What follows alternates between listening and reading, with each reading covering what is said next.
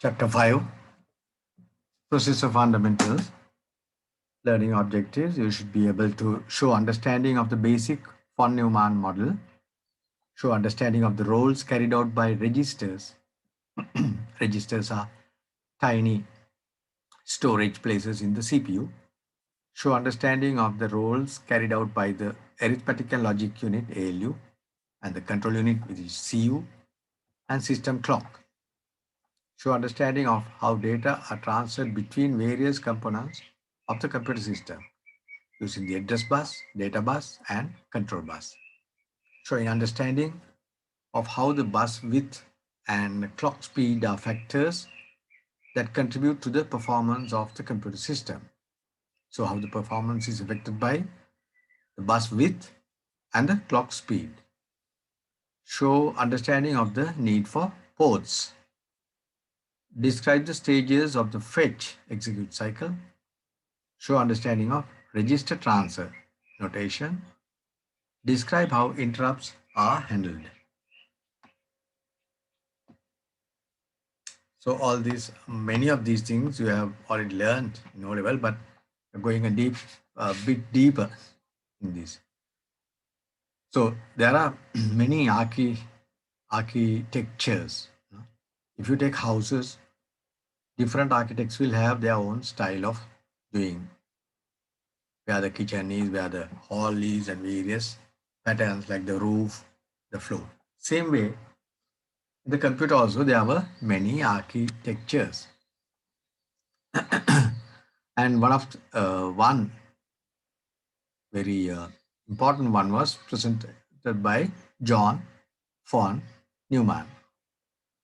So this is what was accepted later on, and the concept of the stored idea of the stored program concept. Earlier, they used to the work when the machine was just running,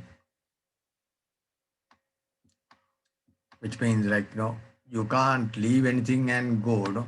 When you are doing the programs, you have to feed with a punch card, a thing called punch card, and another thing Yeah, called the.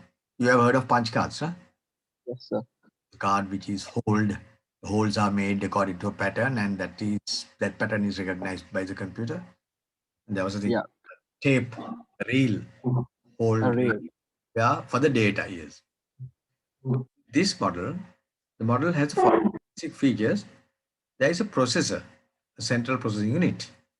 So that is there. The processor has direct access to a memory. The memory contains a stored program which can be replaced by another at any time, and the data required by the program. So the program running at one time with the data which is required, and that program can be replaced by another. Excuse me. The stored program consists of individual instructions that you already know. The processor executes instructions sequentially. It doesn't jump here and there, not at random. It's in a particular sequence. The architecture, CPU architecture. Modern processors are extremely complex. Some of the complexities will be discussed in chapter 19. In this chapter, the focus is on the fundamentals of the operation of an up-to-date version of a simple von Neumann computer system. This figure gives a simplified schematic diagram of a processor that could be part of this simple system. The dotted outline shows the boundary of the processor. So here the boundary is there. All right. Uh, the, the logical arrangement of some of the processor components is indicated. The arrows show possible directions of flow of data. As the flowing discussion as the following discussion will show, the data for some of the arrows is specifically an address or an instruction. However, in general, data might be an instruction, an address, or a value. So have a look at that.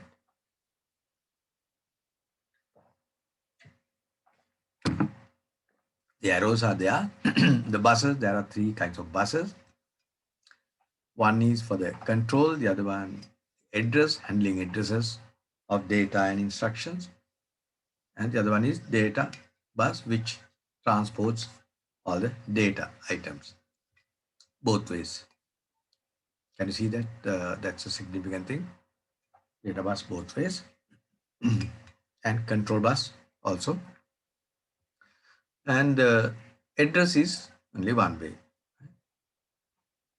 And these are the registers: MAR, memory address register; PC, program counter.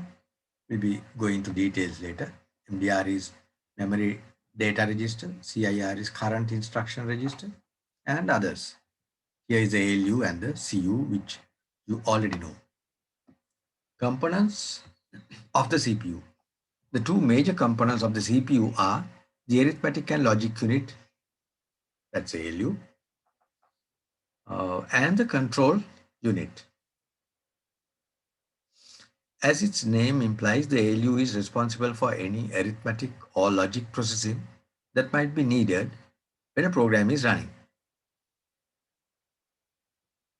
Programs have conditional statements, as you know, if, then, else, the case, and while, and various things.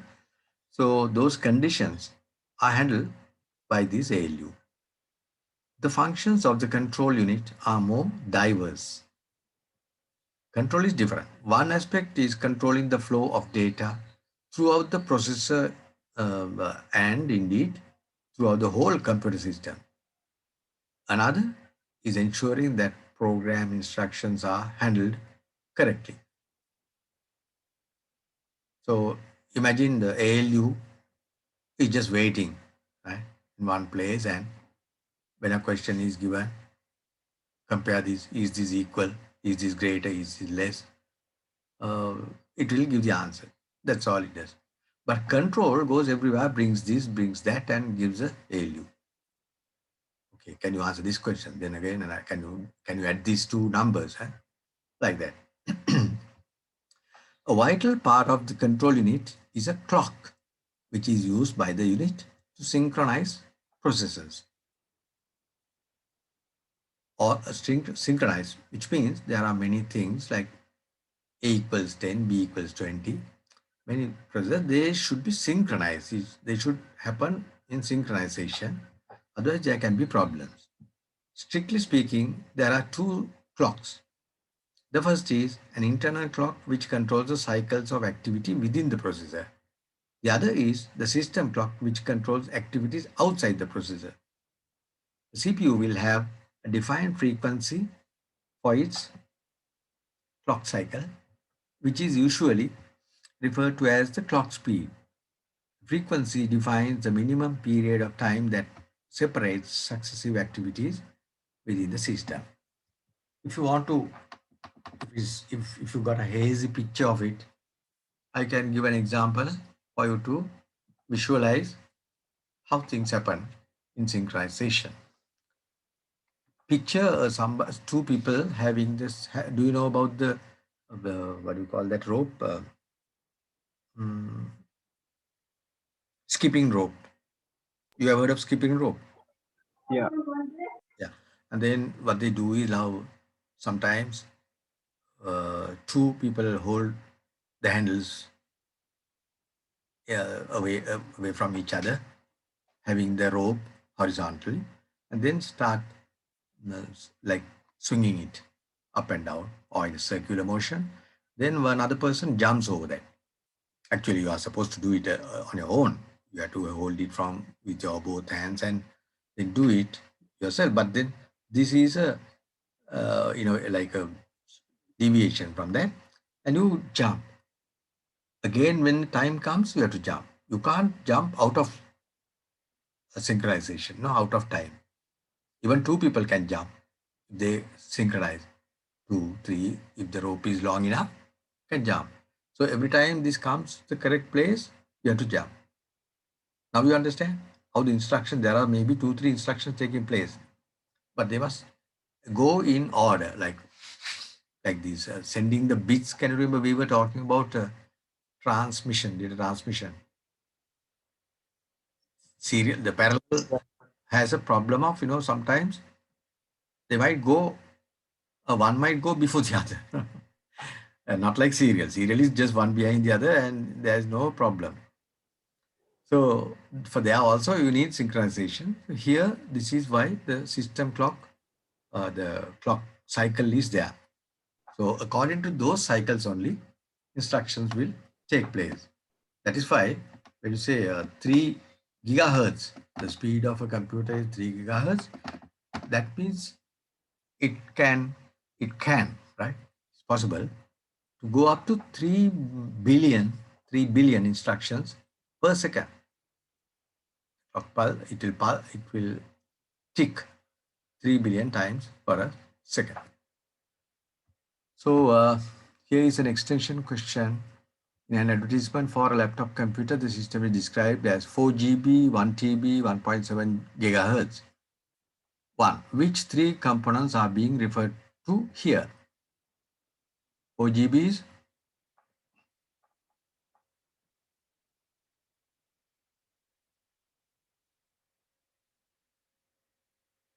Imran? Yes, sir. Yeah. What are these three they are referring to? 4 GB, 1 TB, and 1.7 gigahertz. What are the three respective components? Can you guess? 4 GB, The RAM. 4 gigs is the RAM. 4 GB is The RAM, 1 TB. disk space. Sorry, Disk space. I Maybe didn't the get it. I didn't get it. Registers, is it? no, the storage space. Either 1 TB of HDD storage or SSD HDD, storage. yeah, a hard disk. Yeah, that's right. Or SSD, one of them. Then this one, 1.7 gigs. That's the speed. speed of the computer, which is the clock Yeah. speed. Have the values quoted been presented correctly? To answer this, you need to refer back to the discussion in chapter 1 about terminology. Is there anything wrong here? See, I can't spot it. There must be something wrong here. So why don't you check? Okay. I think it must be. I'm not sure. This is too slow. This is an advertisement Yeah. for a laptop. Nowadays, 1.7 is not enough. Very slow. And 4 GB also maybe. I don't know. Today's computer, 4 GB may not be enough for the RAM. 1 Uh, GB no, should be it's okay. not. Hard disk. Huh? 4 GB is enough. Enough. Yeah, okay. Unless you are doing very heavy Depends on the workload. graphic editing or video editing, then you It's you better go for like a 16 or an 8. Hmm. Then the third one, calculate the minimum time period that could separate successive activities on this system. Calculate the minimum time period that could separate successive activities on this system. So how do you do that? 1.7 gigahertz. So that is per second. So the separation is in between those two, no? Yeah. Milliseconds. Here it is given in 1.7 billion per second. Right? The number, it's not a gap. But here you have to calculate the gap between two. So you take the other way around. How many seconds per one instruction? Right? Yeah. Then the registers. The other components of the CPU are the registers. These are storage components which, because of their proximity to the ALU, allow very short access times, very quick. It takes very little time to access. Each register has limited storage capacity, typically 16, 32, or 64 bits. A very small. A register is either general purpose or special purpose. So two kinds. If there is only one general purpose register, it is referred to as the accumulator. Accumulator, remember the word, is very important in the assembly thing. When you come to assembly, it is so important that it's not mentioned. Even if it is not mentioned, you know what it is, like that. For the moment, you just think like that. Don't worry about how that happens. So for the rest of this discussion and for the discussion in chapter 6, the assumption will be that the processor does have just this one general purpose register. Okay, so we assume that there is assume accumulator. This register is accumulator, that's all. The accumulator is used to store a single value at any one time. That's also important. Only one value. A value is stored in the accumulator that is to be used by the ALU for the execution of an instruction. The ALU can then store a different value in the accumulator after the execution of the instruction. So maybe the result can store in the accumulator again. Accumulator is a store. A general purpose register that stores a value before and after the execution of an instruction by the ALU. This figure shows some of the special purpose registers as individual components. The box labeled other registers can be considered to comprise the accumulator plus the special purpose registers not identified individually. The full names of the special purpose registers included in the simple CPU, which we are going to discuss, are given in table 5.01 with a brief description of their function. So look at these tables, right? The register name is a CIR, current instruction register. Function is stores the current instruction while it is being decoded and executed. Now, refresh your memory about fetching, decoding, and executing an instruction. It's fetched from the memory. So here the CIR has the current instruction. What is to happen now? This is the place you have to store. That instruction is stored in this. Then there's another thing called index register. Stores a value only used for indexed addressing. So that's another kind of addressing. We'll know it later. Memory address register, MAR, stores the address of a memory location which is about to have a value read from or written to.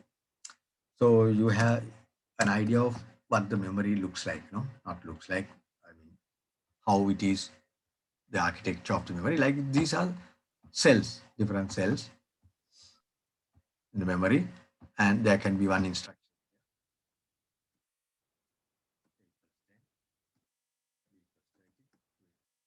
So this instruction is in a particular address in a memory cell which has an address. That is what is needed here. You have to know the address where the instruction is. So that address is stored in this MAR. It's called memory address register. The memory data register or MBR. Generally MDR is used. The word MDR is used. Stores data that has just been read from memory or is just about to be written to memory. That is the data found at this address which is stored there. MAR has an address. You look at that address and get that data and put it here. Memory data register. Program counter, PC, is like what is the next instruction. It's keeping a count. Like C equals C plus 1 we use in iteration, something like that. This has the next, always the next instruction is stored there. Status register contains individual bits that are either set or cleared, like flags, set or cleared. Status register. What is the status? What is the status of this? Is it on or off? Something like that. 2 points are worth making at this point. The first is that the alternative name for the MDR emphasizes that this particular register must act as a buffer because transfers of data within the processor take place much more quickly than transfers outside the processor. That's understood. No? There are no circuits and all that out inside. It's just within the processor, so it's so quick. And this statement has to be slightly qualified because the transfer could be to or from cache memory, which would be a fast process, but it is otherwise generally applicable. Cache memory, a very small kind of thing, very fast.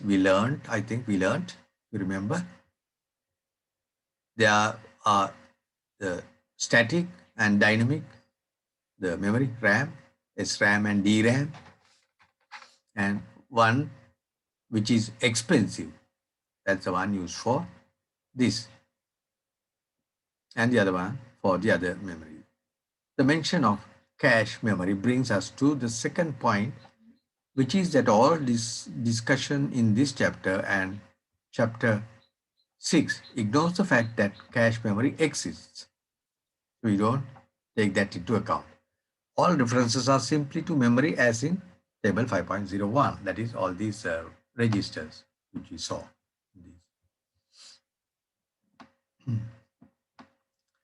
Further point to note here is that the index register, that is IX, can be abbreviated as IR, index register.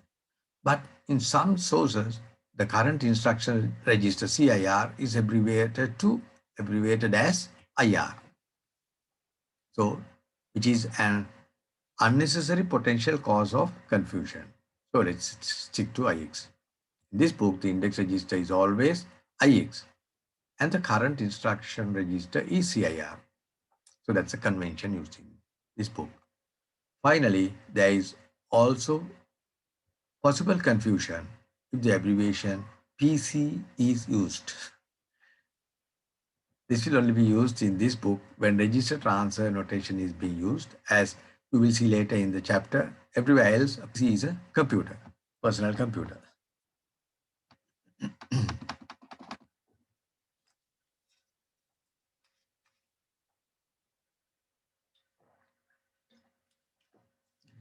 The SR. SR is status register. It is used when an instruction requires arithmetic or logic processing.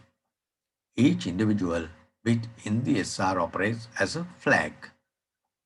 The bit is set to 1 if a condition is detected. As an example, the use of the following 3 flags will be illustrated. Usage of flags, I'm sure you are familiar with in programming. Maybe when you are coming into a loop, just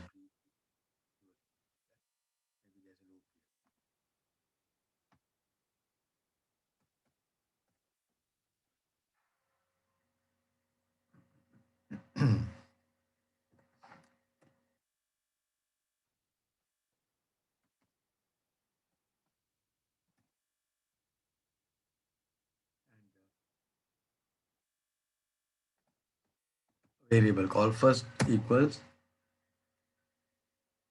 1 or even true. Then you can say true, but here first equals 1 and then repeat here inside this. And if you need something to happen only the very first time, if first equals 1, then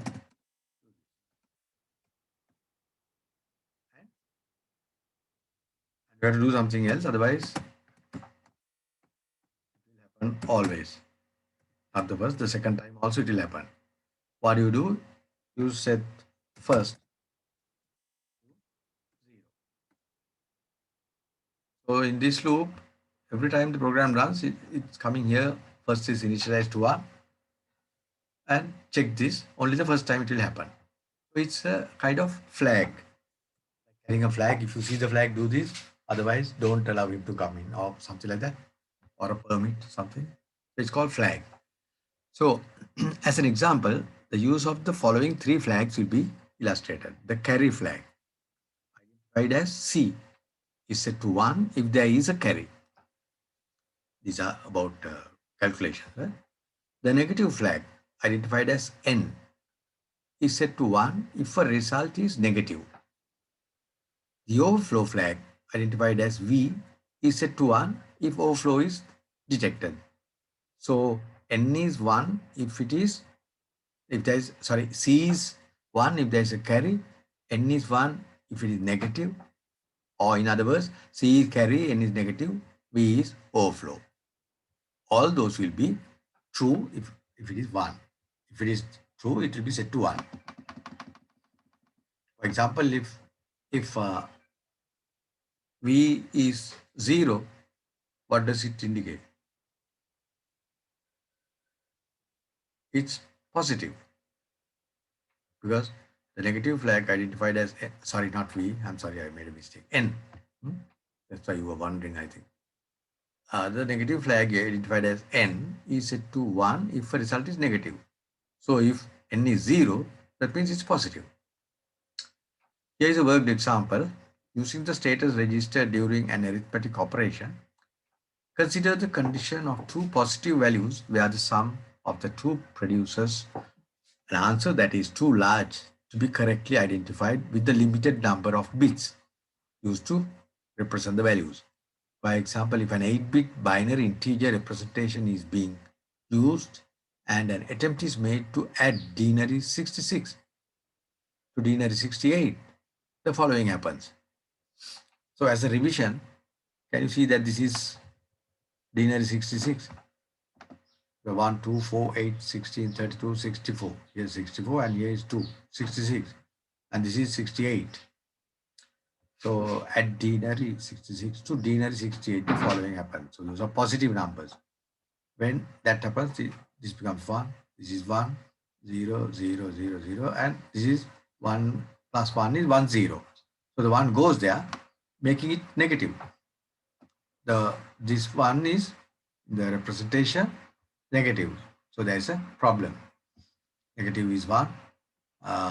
What is this? Overflow is 1 because it's overflowing. It's too much. And carry is 0. There's no carry. If you add it separately, yes. The value produced as an answer is denary minus 122. Okay, some revision. How do you reconcile that? How do you say minus 122?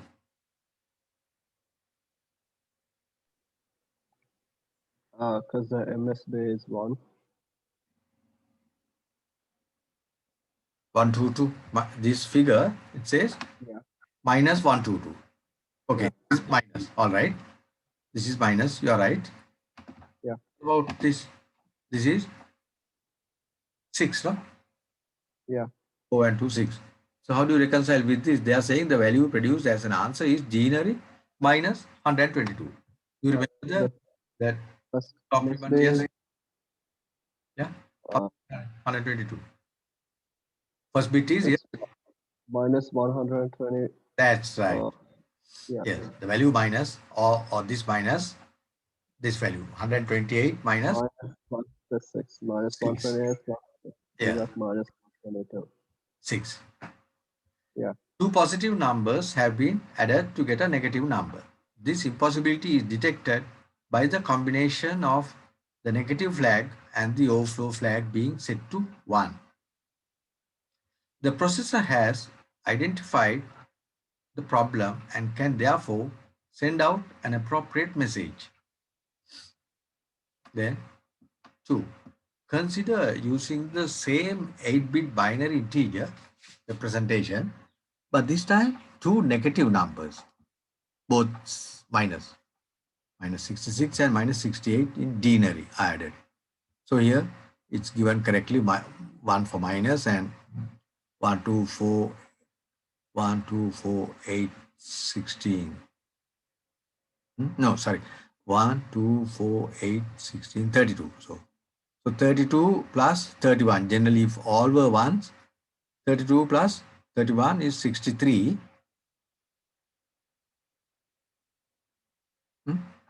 Yeah, 63, but because this is not 1, it's 62.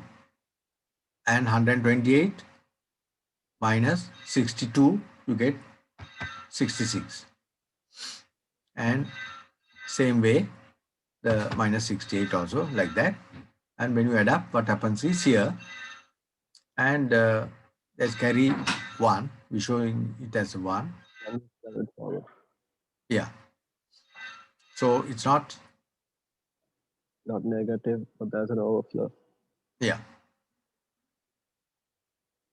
No, I'm sorry. It's negative. The flag shows, though it doesn't show here. It doesn't show here negative because it's carried over. No? So that is why this is put to 0. 0 is, can you remember? Yeah, 0 is not. It's a Not, false. yeah. The negative flag identified, is that the one? Yeah. Set if a result is negative. Yeah. So okay. So you say, But the result is positive, so it's yeah. 0. Yes. This time you get the answer plus 120. This impossibility is detected by the combination of the negative flag not being set and both the overflow and the carry flag being set to 1.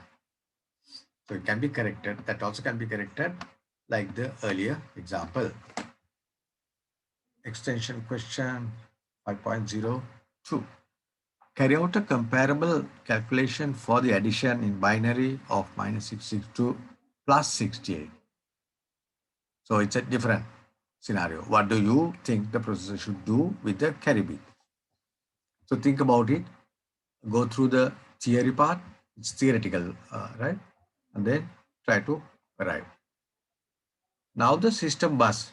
A bus is a parallel transmission component with each separate wire carrying a single bit.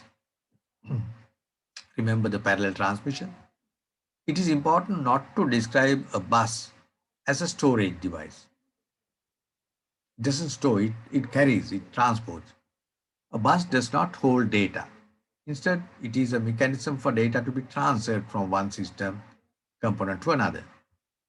In the simple computer system described in this chapter, there will be a system bus that comprises three distinct components: the address bus, the data bus, and the control bus.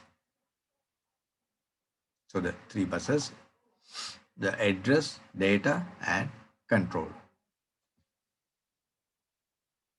And they are connected to these three. The schematic diagram of the CPU in figure 5.01 shows the logical connection between each bus and a CPU component. The address bus is connected to the MAR, the data bus to the MDR, and the control bus to the control unit. The system bus allows data. This is now, that was chapter 5.01. Here the system bus allows data flow between the CPU, the memory, and input-output I/O devices as shown in the schematic diagram in 5.02. So here it's like this. The address bus. The sole function of the address bus is to carry an address. This address is loaded onto the bus from the MAR as and when directed by the control unit.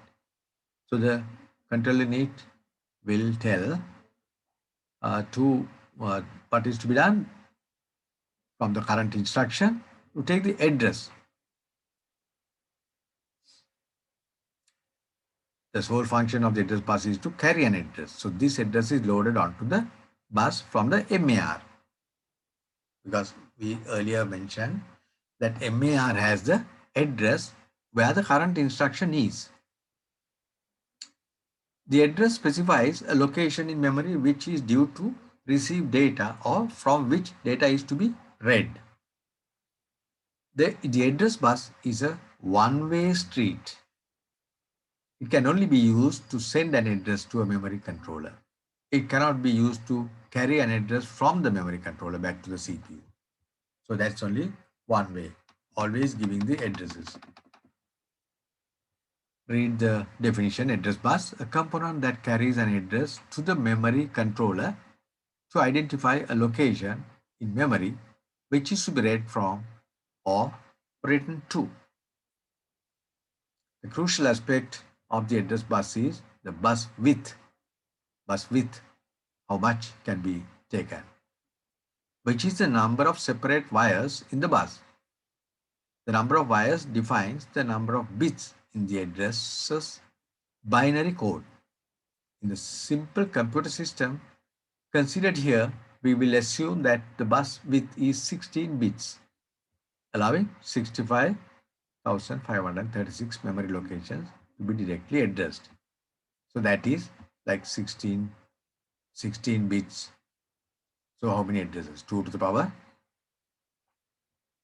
15 plus and 2 to the power 16 minus 1. Right? Such a memory size would, of course, be totally inadequate for a modern computer system. Even doubling the address bus width to 32 bits would only allow the direct addressing of a little over 4 billion addresses. If the memory size is too large, special techniques have to be used. So you need a huge number of addresses, and if it is too large, then you have to have a separate technique, otherwise you run into trouble.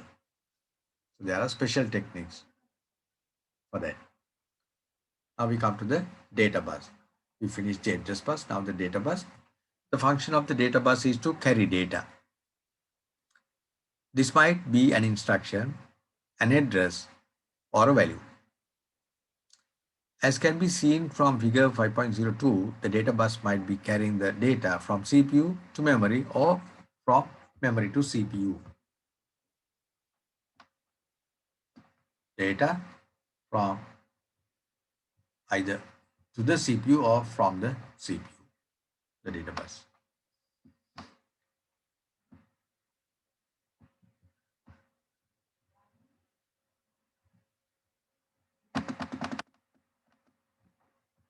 However, another option is to carry data to or from an I/O device. The diagram does not make clear whether, for instance, data coming from an input device is carried first to the CPU or directly to the memory. Let's have a look.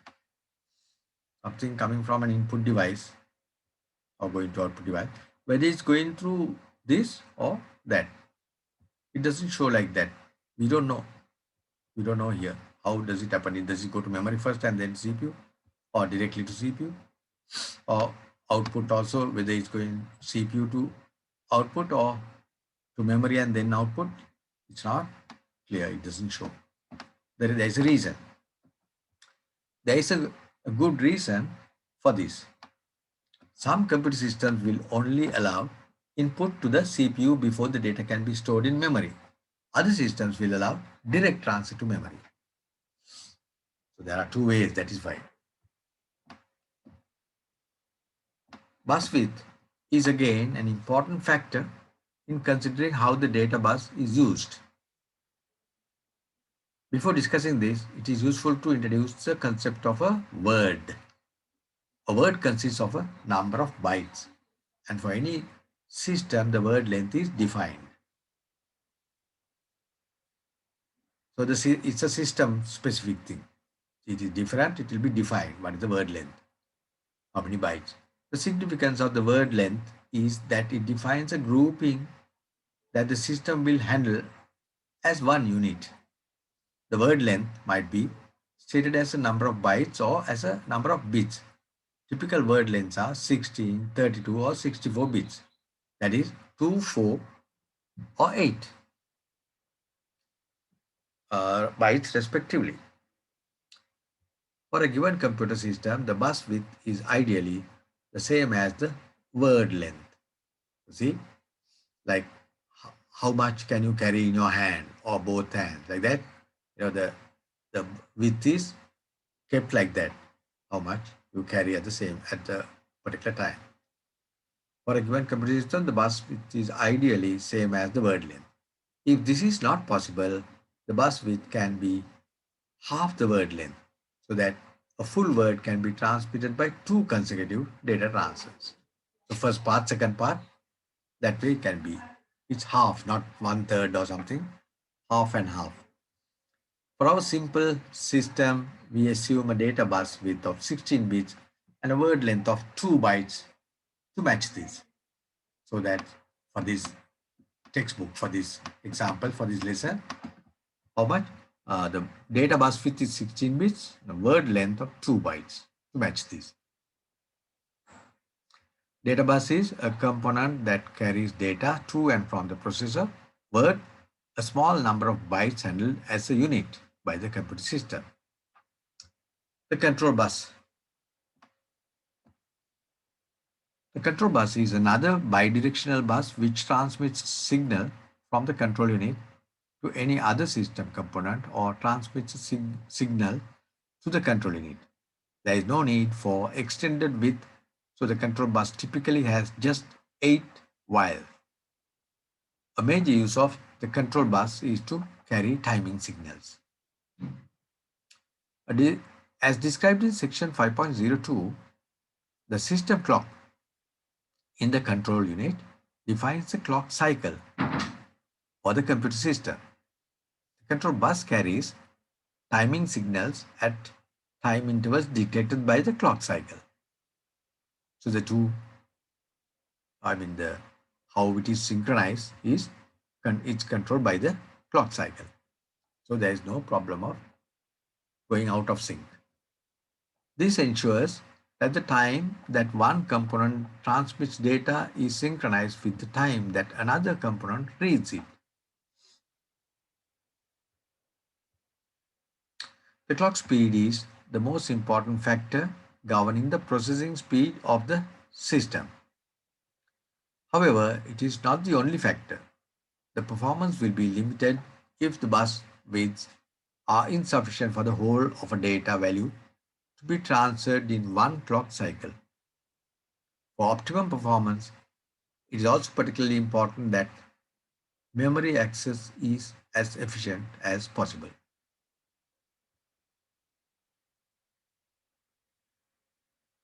You remember we did pipelining. Memory management was done pipelining the 5 steps, how the instructions are done. When the first instruction is taken and when it goes to the second pulse, the first stage of, there are 5 stages, first stage of the second instruction is taken in. Like that, something like that that's in synchronization. Similar to that. The schematic diagram in figure 5.02 slightly misrepresents the situation because it looks as if the CPU,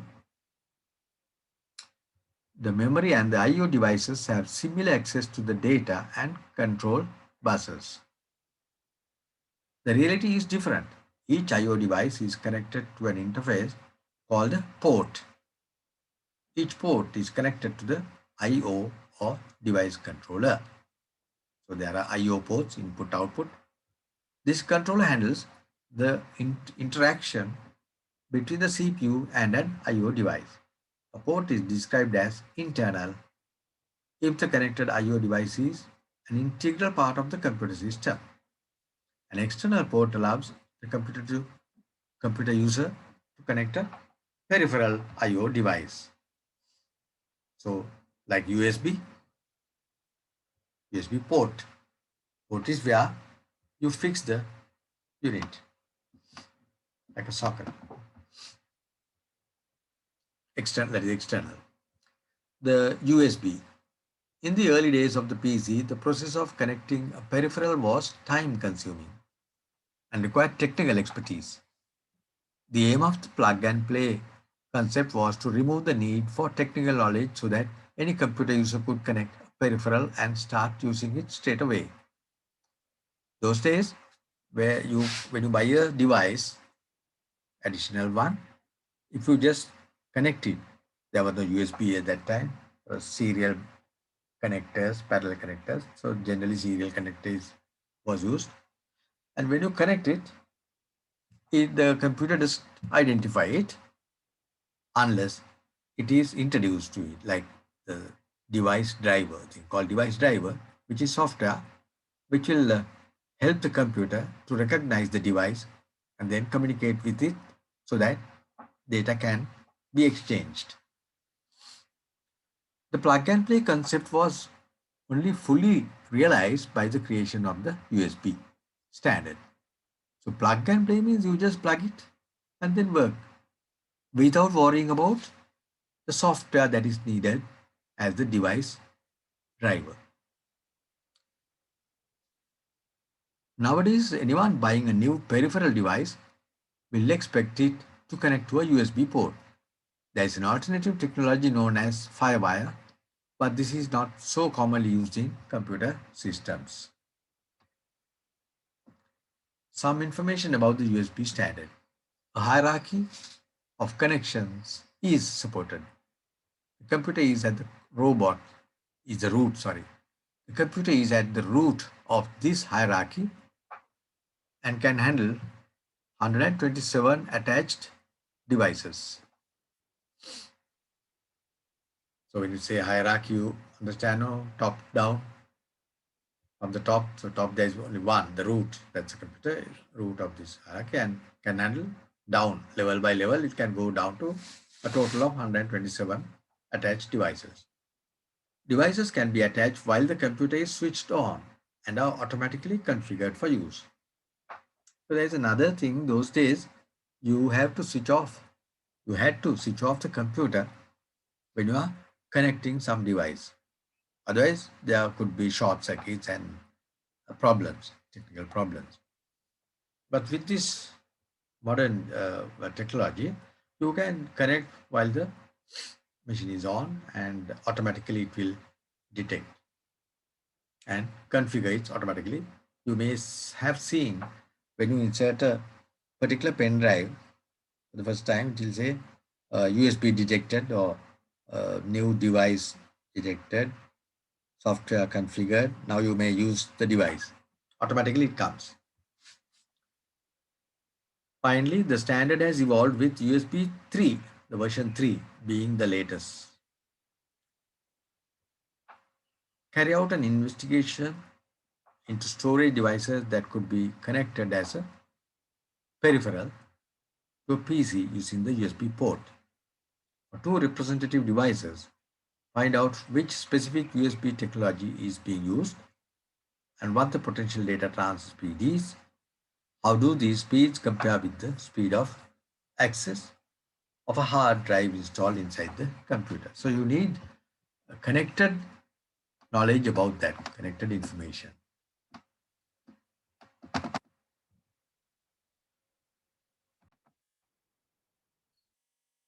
Fetch execute cycle. The full name for this is the fetch, decode, and execute cycle. This is illustrated by the flowchart. We have done this earlier.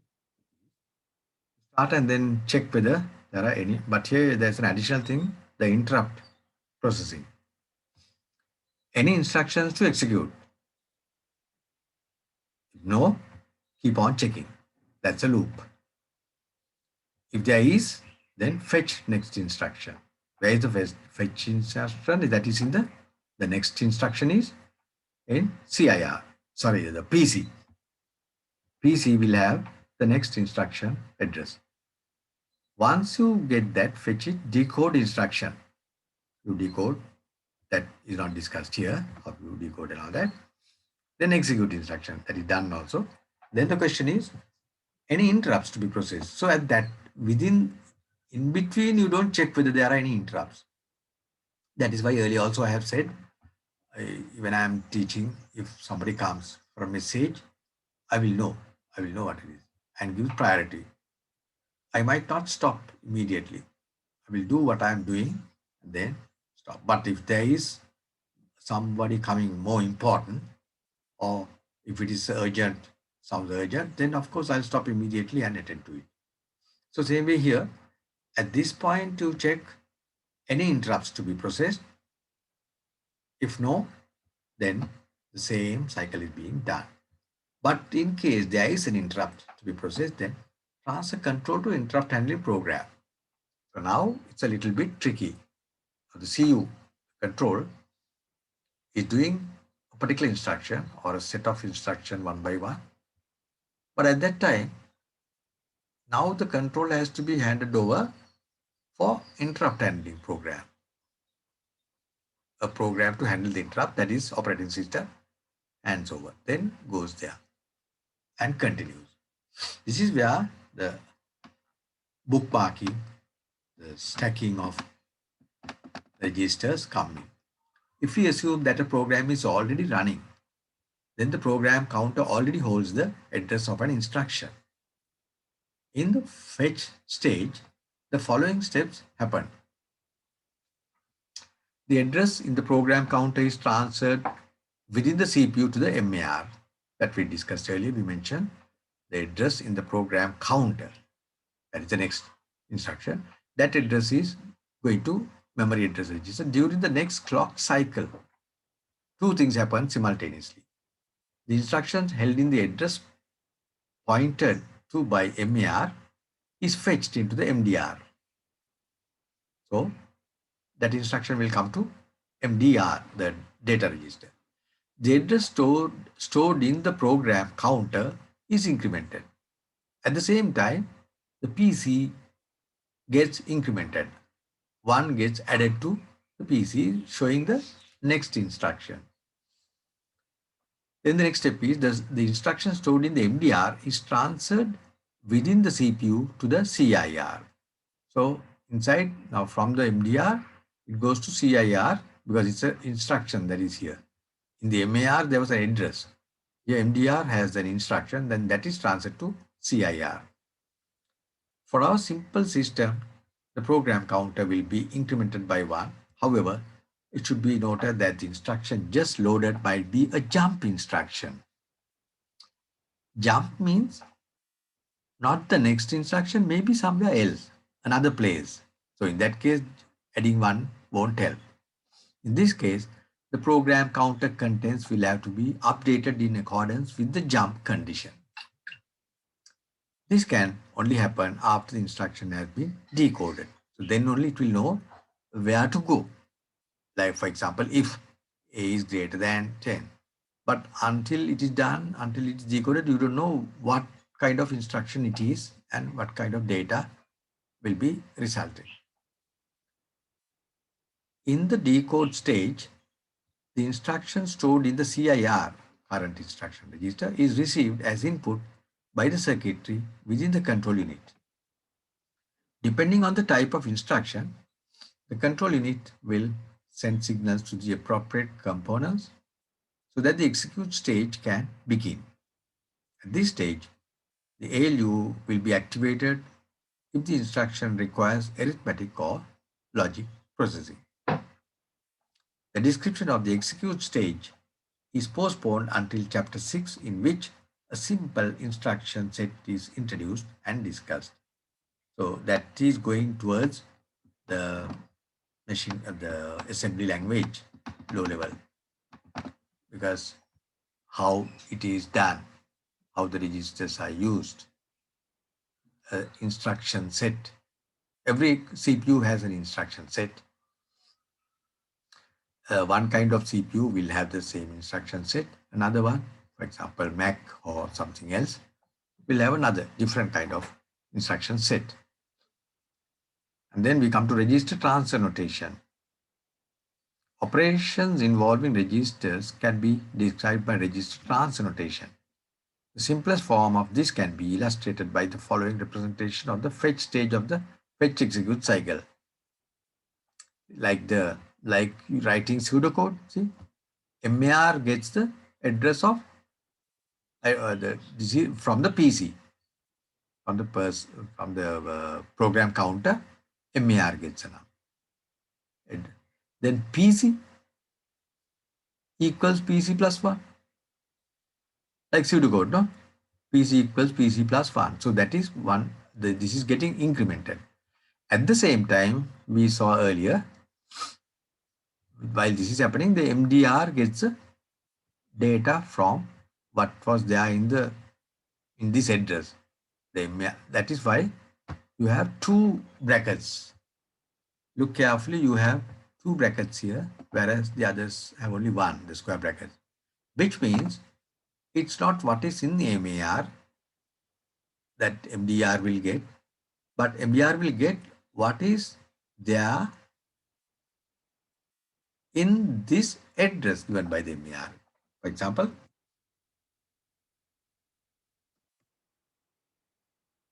this is N1, no?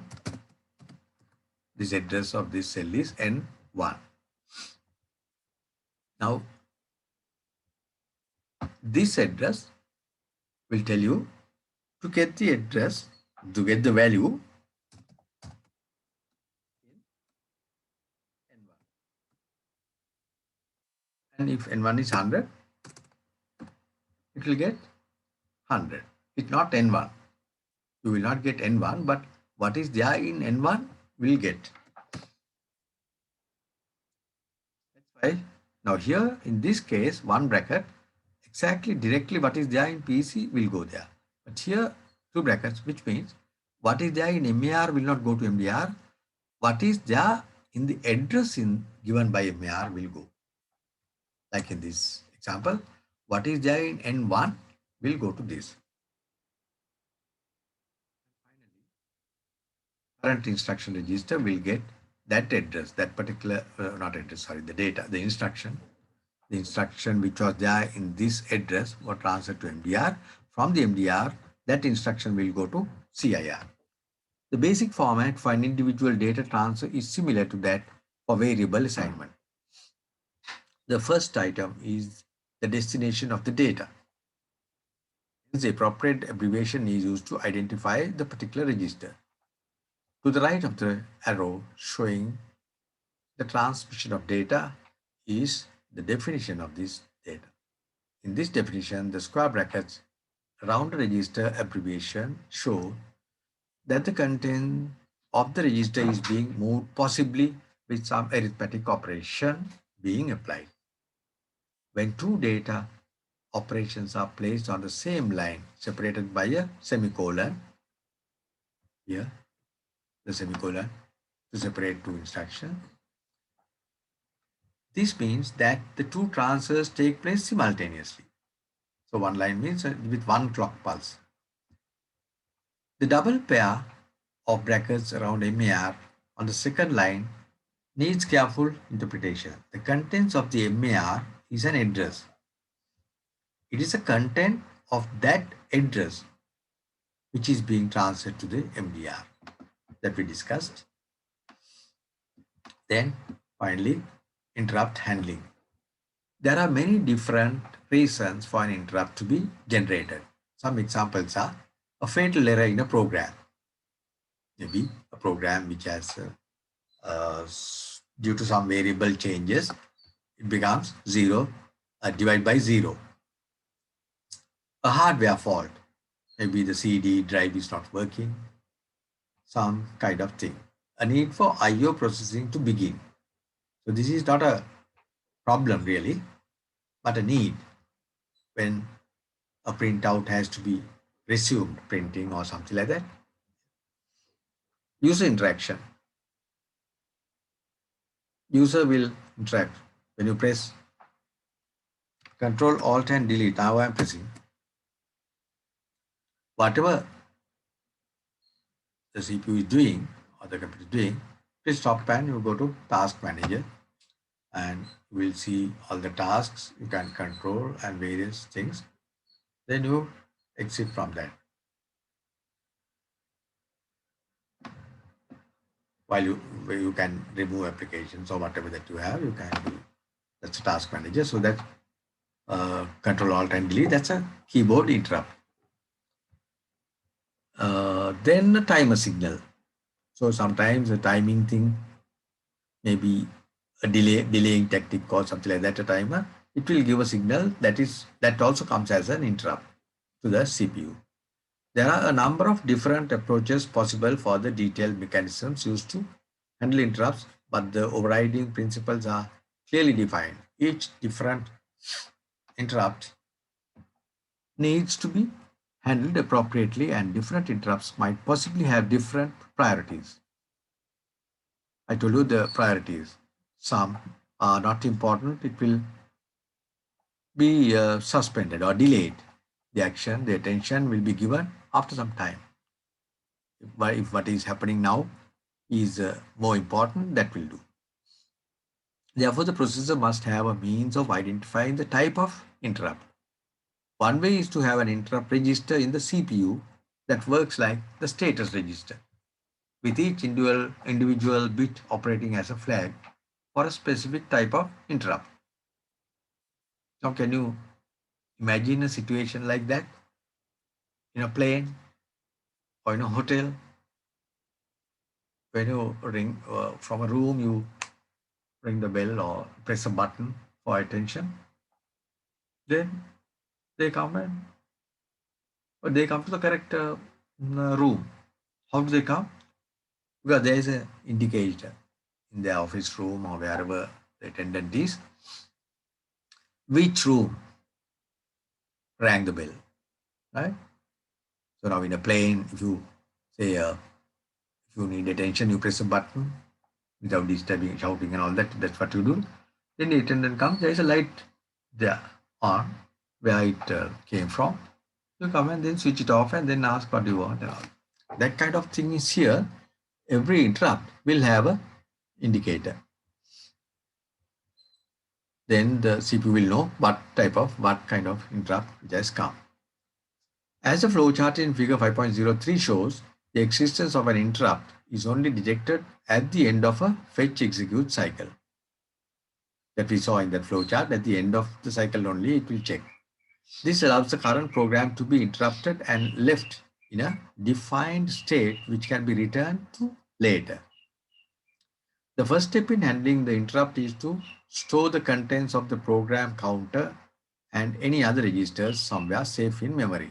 So that's important. What are you doing now? You keep it. Like if you are reading a book and if somebody calls you, if you just close the book and go and take another book and read or something like that, when you want to start the other book, you don't know where you stopped. You might start again from the beginning. In place of that, you put a bookmark and then go. When you come back, you open it at the bookmark. Same way here, this allows the current program to be interrupted and left in a defined state which can be returned later. The first step in handling the interrupt is to store the contents of the program counter, PC. You have to have the PC count somewhere stored and any other registers somewhere safe in memory. Like what is the CIR, what did MAR have, what did MDR have, all those things saved. When you come back, once you open them up, you can just continue from where you stopped. They have to be stored safely in memory. Following this, the appropriate interrupt handler or interrupt service routine ISR program is initiated by loading its start address into the program counter. When the ISR program has been executed, there needs to be an immediate check to see if further interrupts need handling. So in place of the program that was happening, now the ISR is loaded and starts and does the same way that any program will do. Once that is over, it will check whether there are any more interrupts to handle. If there are none, the safely stored contents of the registers are restored to the CPU and the originally running program is resumed. That is done nicely. So here's a summary and the exam style questions. Are there any questions? If there are no questions, then we can stop here. So thank you for joining. See you next. You're welcome. See you. Bye. Bye, sir. Take care. You're welcome. Take care, you too.